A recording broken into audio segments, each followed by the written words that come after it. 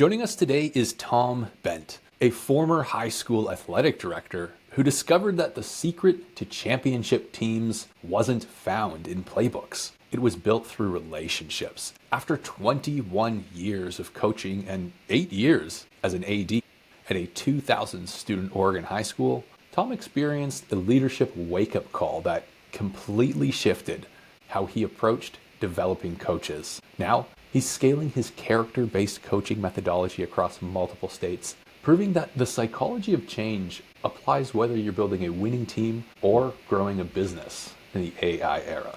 Tom, it's great to have you on the Growth Shift. Well, thanks for having me here, David. I hope that I can give people a little bit to think about as we have a conversation today. I'm sure you will. So tell us a little bit about your journey. I mean, you spent decades in education as a teacher, coach, athletic director, and you transitioned into coaching. Walk me through that journey. What initially drew you to working with coaches on leadership development rather than just staying focused on the technical side of sports? Well, I think it's interesting for me as a longtime coach, and I made tons of mistakes along the way, and I think that's part of what triggered me to get back to doing things to help coaches not make the same mistakes I made. When I became an athletic director, that's when it really resonated. We had a group of athletic directors, and we decided that in our room, there were 6 of us, comprehensive high schools in Beaverton, and we were having some negativity problems, I'll be honest with you. So we decided, okay, we're going to read a book. We started with John Gordon's The Energy Bus. I don't know if you're familiar or not. And we just started the journey of how do we get to be more positive? How do we think about things that direction? And that triggered me into going, I really don't know as much as I think I know. It's kind of like as a young coach at 25, you think you know a lot. As an older coach at 40, you figure out you don't know very much. And as an AD at 50, you go, wow, if I'm going to help coaches, I got to figure some stuff out. So the journey of reading and the growth thing that's led me to just constantly looking for information, talking to people, reading books, doing those things has kind of catapulted me to where I am today. I mean, that's really neat. If I were to think about, coaching a sports team and just thinking about, what that might often look like, you're coaching young men, presumably, right? Boys coming up in a high school, and you need to tell them what to do. You need to sometimes be maybe a little bit militant as well, running drills, getting them to do things, making sure they run the right play on the field, right? But also you're in a position of leadership, right? You're trying to pull perhaps your athletes forwards instead of push them forwards, right? I mean, you're kind of trying to lead rather than direct in a way, right? What sort of dynamics did you see with your time as a coach that perhaps uncovered the methodologies that you use today? Yeah, I think as a young coach and coaching young men, I thought, well, you need to coach the way you were coached, which meant in the old days, and I'm old enough, that was a little bit more militant, right? You needed to yell, you needed to be loud and those types of things. And what I started to figure out is, and I'm not saying I was perfect because I was bad at it for a period of time, I don't think it works. And I don't know if it really worked for us 30 years ago. I think that was just the way it was. And I think in today's world, you have to meet people where they are a little bit more and go, okay, yes, I have to be insistent and we need to be disciplined, and I need to get to know you as a person and what's going on if I want to get the most out of you. And that's one of the things we work on with coaches now. You can actually coach kids harder, so to speak, if you build those relationships and they trust you. So that's kind of the work that we're doing now, is trying to figure out how do you do that in a better way to help these kids go forward. So, I mean, it sounds like all of this started with a book. I mean, you were in a situation where perhaps the energy, the enthusiasm, maybe the relationships with the athletes on the team, it wasn't really right. You maybe thought, hey, we got to do things differently. How did you even come to that, really? I think it was just, I'll give you one quick story, and this is a true story. So I'm coaching basketball, and I'm like 30 years old, so I'm 4 or 5 years as a head coach. I was a head coach way too young, by the way. And a referee comes up as I was riding the referees, because again, that's what coaches did, especially basketball coaches, which was my sport. And he goes, you could stop yelling at me and actually coach your team, and that might be helpful. And of course, as a young 30-year-old, I'm like, you're kind of like that. And then I go, gosh, that was probably the smartest thing I ever heard, is like, if all I'm doing is worrying about what other people are doing, I'm not coaching my kids. And I kind of went, okay, I got to get better at that. And I'm not saying I got perfect, by the way. I still had my moments that my wife would not be proud of on the sideline, but it did make me think and reflect on, I can do this better, and why am I doing it that way? So, I mean, you started to see, feel, and even hear that, maybe things should be done differently than the way you were brought up in sports, right? It sounds like you had a couple of occurrences that maybe started to open your eyes a little bit. Was there anything along the way that really just fundamentally shifted your mindset or your attitude, and you just knew at that point in time things need to change? Just reading a book perhaps isn't going to get you where you need to be? Yeah, I think I would trace back when I was coaching a number of years ago, 20 years ago now, in fact, and I had a player in the fall that we found out he had cancer. So here's a 17-year-old boy, a basketball player on our team, that all of a sudden is diagnosed. And he loved basketball. It was a huge thing. And I'm right away going, well, that's it, right? He's not going to be able to play. Well, we sat down with his family and the doctor, and they figured out, well, let's do what we can do. We don't know how much he can play. We don't know where his energy sources are going to go, but let's make this work. And I remember mom and dad telling me that Jay, and Jay's his name, said that don't treat me differently. You need to coach me hard.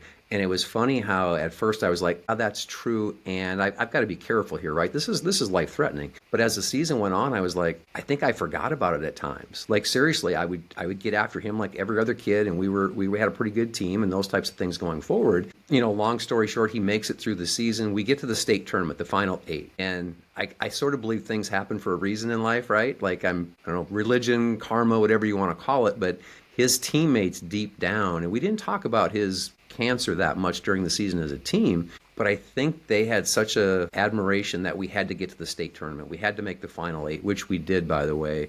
And I think there was something guiding that along that got us there. And it was an amazing experience. Like it just showed me, I think it resonated. There are things bigger than sports as far as winning and losing. And I think we've forgotten that, especially here in the States. And sadly enough, Jay comes back, gets a little bit sicker. He does graduate high school. He got to go through graduation ceremony. And a couple months after that, he passed away. Here's a kid who had so much to offer the world and was a very positive person. And I think his gift back to all of us was all the lessons he taught us along the way, whether it was our coaching staff, me specifically, or the kids on the team about, life is short and how you treat people matters. So that story really is something I think back to fairly often and go, wow, that's why I do what I do today. Wow. I mean, that is completely horrible, but also at the same time, like unbelievably inspiring and compelling. Leading a team with, one of the kids having cancer, I mean, I imagine that must have been very difficult for the team, just having that there as well. And I mean, how did that initially impact, the relationships between the players, the synergy on the floor? I mean, like, that must have been quite the challenge. It was, and that year our team was senior laden, so Jay was a senior also. So the kids had gone to school with each other, and this was a small school of about 275 kids in high school. So they've known each other for a long time. So there is that deep bond, and I don't know for sure how much they talked it amongst themselves collectively with or without Jay. I'm not sure about how all that played out, but again, I think there was a pull because they knew him and what he was going through that we're going to make this happen. In fact, I'll give you the region championship game to get to the final 8. My point guard, who was one of the toughest kids you'd ever meet, great kid, probably hadn't scored 20 points in his life ever in a game, and he just goes off. He makes 4 out of 5 threes, and he was probably a 22% free three-point shooter throughout the season. And that's what made me go, there's something going on here. Like they're going to get him to the state tournament, I think. And again, whether they talk much about it or not, but it was a pretty special moment, a special group, obviously. Wow. I mean, it sounds like, in part, a tragedy and a horrible occurrence almost really pulled the team together in a way and created a deeper, more tight-knit team, community, whatever label that you want to put on it. Tom, I'm curious as well, for yourself as a coach, leading this team, obviously managing certain emotions yourself with, boys who you've been coaching for some years already. What did you take away from that experience? Because surely that must have left a pretty significant mark on you. Yeah, I think, big picture, it put things in perspective. As a young coach, whether male or female, I think men especially in the area where I started coaching, there was this trying to prove yourself, right? And you prove yourself by winning and losing. That's just the reality in coaching team sports. Oftentimes, unfortunately, that's how we're judged. So that was at my forefront. I would call myself a transactional coach. The other spot is transformational. I would try to work with coaches today, but it was transactional. Like, I'm there to coach them. We're trying to win all these different things. And I think that event helped me go, you're trying to transform lives of young people. It's not just about winning and losing. It's not teaching them the game. And we teach a lot of great things in sports about discipline and showing up and sacrificing, but it's bigger than that. It's going deeper than that. And I think that's what really resonated for me after that. And I still wasn't perfect, by the way. I came back and coached out here in Oregon and made some similar mistakes, but I had a better perspective, I think, and that's what I really took away. All right, let's fast forward a little bit from here. I mean, I maybe think that's a little bit enough for the audience to process for now, but it sounds like you had quite the journey. You started out as a pretty young head coach, maybe not fully qualified, fully ready. You made some mistakes. You learned along the way. You realized that you have to start changing your approach. Of course, you had the story and the situation of was it Jay being diagnosed with cancer, the outcome of that? And how did you get to where you are and what you're doing now? I mean, tell us a little bit about what you're doing now. Yeah, right now I'm started off working with coaches in the school when I was still an athletic director a number of years ago. And another AD and I, Pete, who was also in the same district, we got together and said, hey, let's start working with our coaches as we start reading these books and we start thinking about how do we help our coaches. So we brought coaches into kind of a conference room at a business locally, and we had 2-3 hour, we call them summits, talking about character development and leadership. We show a couple different videos to get them to reflect, and quite honestly, it was probably the craziest thing we ever did. You're taking competitive coaches in the same conference league, whatever you want to call it, that compete against each other on Tuesdays and Fridays and so on and so forth. And we're saying, hey, let's sit down together collectively and talk about some of the stuff that matters. It was incredible.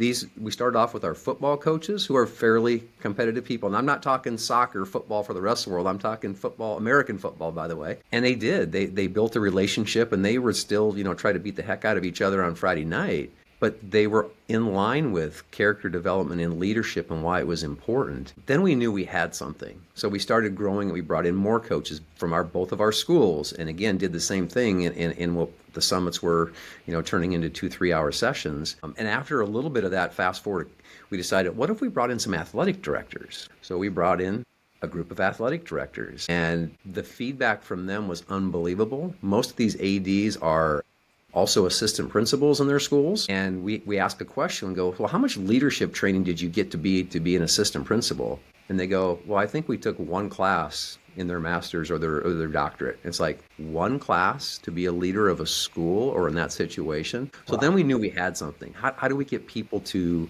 see the importance of what they're doing? So I know we might get into that a little bit later, but it's grown to about 70 athletic directors in the state from that 8 people that got together a number of years ago. And we continue to work on those things through emails, through in-person events, sharing things. It's been quite a journey that started with some crazy idea. And I guess maybe that's back to what you talk about on this, like you got to shift things up, and sometimes you can change the world in your little corner for sure. Absolutely. Well, Tom, let's talk about that now. You see you're working with a group of about 70 athletic directors across Oregon primarily right now. I mean, it sounds like there's a pretty big disconnect all across education. I'm sure it's not just specific to Oregon. You have a vice principal there had almost virtually no training, leadership training, before stepping into that position. I mean, it sounds like you guys are making quite an impact. What's your vision for what you're doing right now?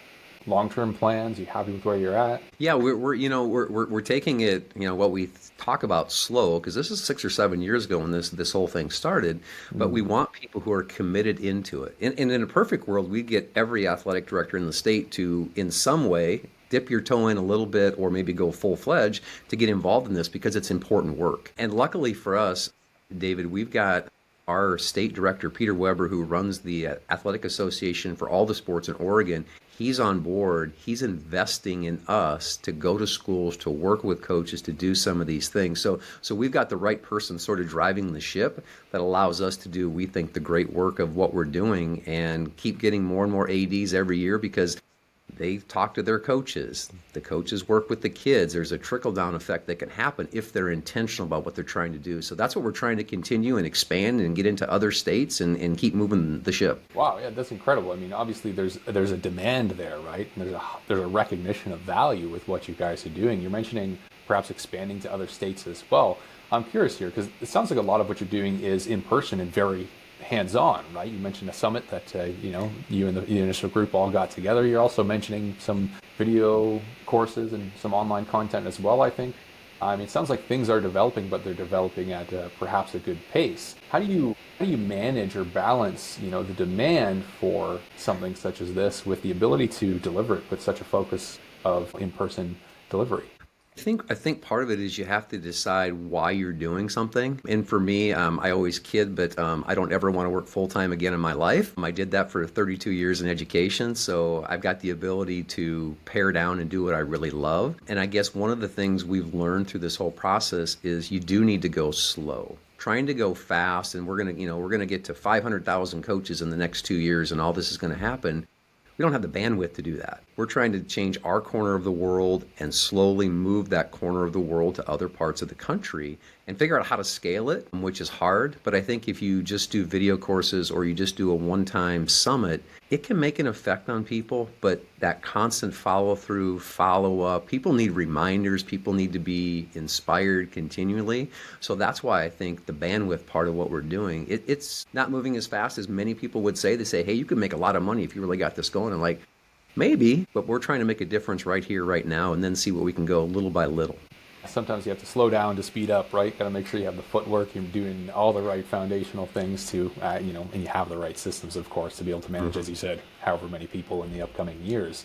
So where are you at right now? Like, where are you looking to really expand your reach to? You're focused on Oregon. You're just looking at neighboring states right now and just continuing to grow your impact in that manner? Yeah, we've gotten together with some athletic directors in the schools in St. Joseph, Missouri. So there's a company called 3D Institute. I'm not trying to make a pitch for them, by the way, but I'm going to mention them. They have a great video courses that have helped us with coaches, and they're part of what we do now with our coaches here, as well as the in-person things. So the idea is working with them, which we're continuing to do, and then we're trying to kind of draw a path. I don't know how big you are on geography, but there's something called the Oregon Trail that sort of started in Missouri or in St. Joseph and all the way out to Oregon. Well, we're bookending on the Oregon side on the West Coast. They're kind of in the middle of the country, and the idea is we're going to find more schools along that trail to start with that we can infuse what we're doing, using their products, but also hopefully doing some in-person things to pair up the strength that we think we have in what we're doing to, again, keep moving along that trail to again, make a bigger impact as we go. So that's what we're working on. Hopefully it'll culminate here in a couple of years, but things move slowly, so we need a few athletic directors along that trail to buy in. Yeah, I mean, that could be challenging, I'm sure. A lot of these athletic directors, I imagine they're pretty busy with their day-to-day workload already, right? Just juggling things and making sure that they're holding up their end. I mean, how is it that you get them to find time on their calendars when you connect with them? And even if they see the value in what you do, I'm sure that can be pretty difficult. Yeah, athletic directors, they have a lot going on. I hate the word busy. I mean, they have a lot going on and they have some long days. But I think one of the things is people get to choose, right? Am I going to lead or am I going to manage? And as an athletic director, you do have to manage. You have to make sure the buses show up, and you got to hire your coaches and make sure they go through the proper training, and you have to do all these different things. And if you're going to be intentional and be successful, when are you finding time to lead? And one of the things in leadership, I think, we figured out is you got to lead yourself first. So are you reading things? Are you listening to podcasts or watching videos? How are you filling yourself up with leadership thoughts before you can take it to your coaches? I think you've got to walk in those shoes to make it happen. So we're trying to show them that there is a way to do this. Pete and I are examples that you can lead and spend lots of extra hours, which we did, and still manage and be successful. So I think just showing them, because I think they want to do it, it's the part that fills people up, but you've got to get them to find the time. And I don't like find the time, make the time, find it in your week. Maybe it's only an hour during your whole week that I'm going to work on me and do some leadership stuff. That's kind of the goal of where we're going. I'd love to learn a little bit more about, what's moving, what does it look like moving forwards for you here, Tom? Because I mean, we've established that you're doing some great stuff, right? You're helping coaches and leaders within schools develop their leadership better, right? Something that's lacking, right? You have a great approach, you have a good demand, and you're taking the right approach of building slowly. But I also understand that, you're in a position right now where you're limited for time. You make time on your schedule, but you're working with people a lot in person. You're starting to explore a little bit more of the tech side of things, content creation and video courses and all of this as well. So someone in your position who I know is starting to explore using AI, right, incorporating this into your growth plans moving forwards. I mean, where do you see it being the greatest benefit or advantage to you in the position that you're in? Yeah, I think for some of us that are of a certain age, hearing about those things sometimes can be uncomfortable. I'm trying to work myself through that. But I do think, it allows you to work smarter instead of harder. And I think that's what technology can do. I have to expand into social media to do things. I thought about doing short videos. I like podcasts like yours that are 30 to 40 minutes. I think once you get past an hour, a lot of people are like, this is good, but I just can't buy in. So do I find short ways to do that? And obviously AI, and I know very little at this point in time, but just with my writing itself, there's such a positivity from that of being able to just, if nothing else, be your editor, right? Do sentence structure and grammar and make sure those things fit. And if you want to add in a little humor, I found that in my writing. I like to add in a little humor that AI can help you with. I think I'm a funny guy, but I can use some help. So all of those tools are there, and I'm starting to explore those. But again, taking baby steps, and maybe that's a mistake, but the world of AI is, if we're not going to get there, you're going to fall behind. And I think that's where we have to warm up to it, those of us that haven't grown up with that, obviously. I'd love to just chat about this a little bit more, because you're in a position here where you see the advantage and you understand the need for AI. You're just starting to dip your toes into it a little bit and get comfortable with it as it is. However, I mean, you're also understanding of that it is uncomfortable, and that, of course, to grow and to progress in anything, you need to put yourself in a state of discomfort. But a lot of leaders are in that position right now, right? They're uncomfortable. They're looking at the mass changes that are coming all across the globe with, the AI revolution, let's say. But for someone such as yourself, who is coaching leadership, in schools, which are probably arguably one of the hardest places to be a leader, rebellious teenagers not wanting to listen, sports teams especially. When it comes to, maybe the psychology around change, how are you maybe working with leaders around that change psychology for whatever it is, new things? Because we'll draw a parallel to AI. Anything that's new is going to cause discomfort. But how is it that you think about times of change and maybe coach leaders to be able to embrace that? Well, I actually have a degree in educational psychology from a long time ago, and my wife says that we paid for that and not sure that I ever use it. And I'm like, I use it all the time, believe it or not. I think with reading certain books and talking about changing habits and those types of things, I think there's a mindset that hopefully you can get used to that being okay. Like, you're not going to feel 100% comfortable all the time. Even though I'm a very habitual person, I have my routines and the thing I like, which makes us all comfortable. But how do you decide that, I'm going to do something a little bit different? And it doesn't have to be the end of the world, right? I don't have to quit my job tomorrow and just see what happens. But how do you morph yourself into who you are to maybe who you want to be, or how you can be better from that direction?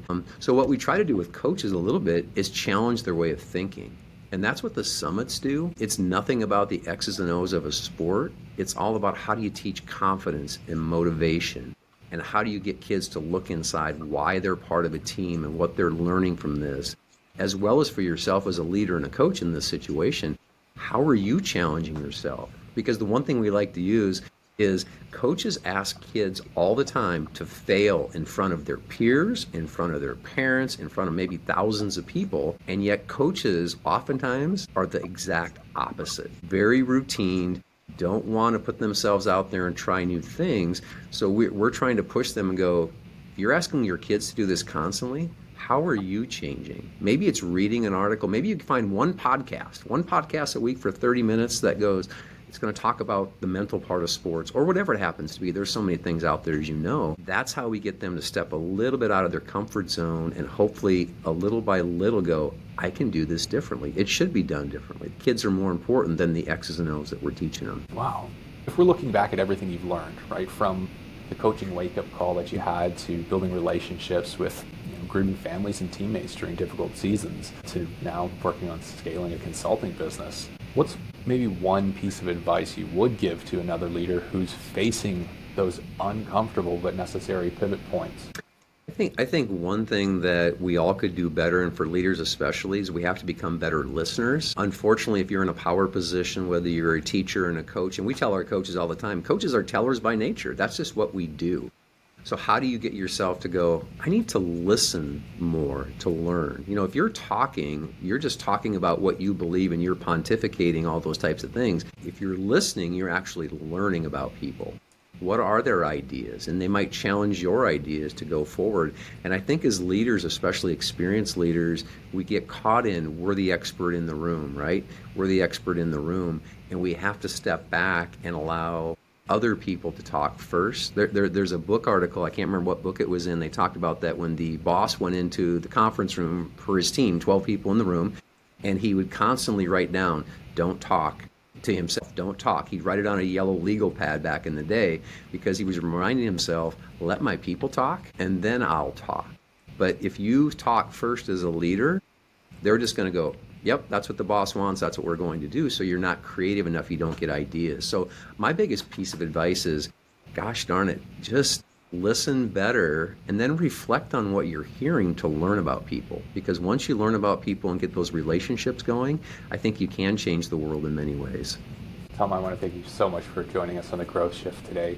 For any of our listeners who might like to just learn a little bit more about what you're doing, or perhaps one of them's an AD who might like to work with you, what would be the best way to find you online? I think find me online at LinkedIn, just at Tom Bendt, my last name, TOMBENDT. Also, I've got a website, coachingandconversations.com. If you go there, you can Google that. I've got a website with some things that we're doing. But LinkedIn is kind of where I do most of my work as far as just updating articles that I write, things that I share, what we're doing with our summits and stuff. And we think it's great stuff. We're hoping that, doing things like this with you allow maybe one person out there to see it and go, hey, this was pretty good. I'm interested. I'm gonna reach out. So yeah, LinkedIn or coachingandconversations.com is the best place to find me if you're interested in learning more about us.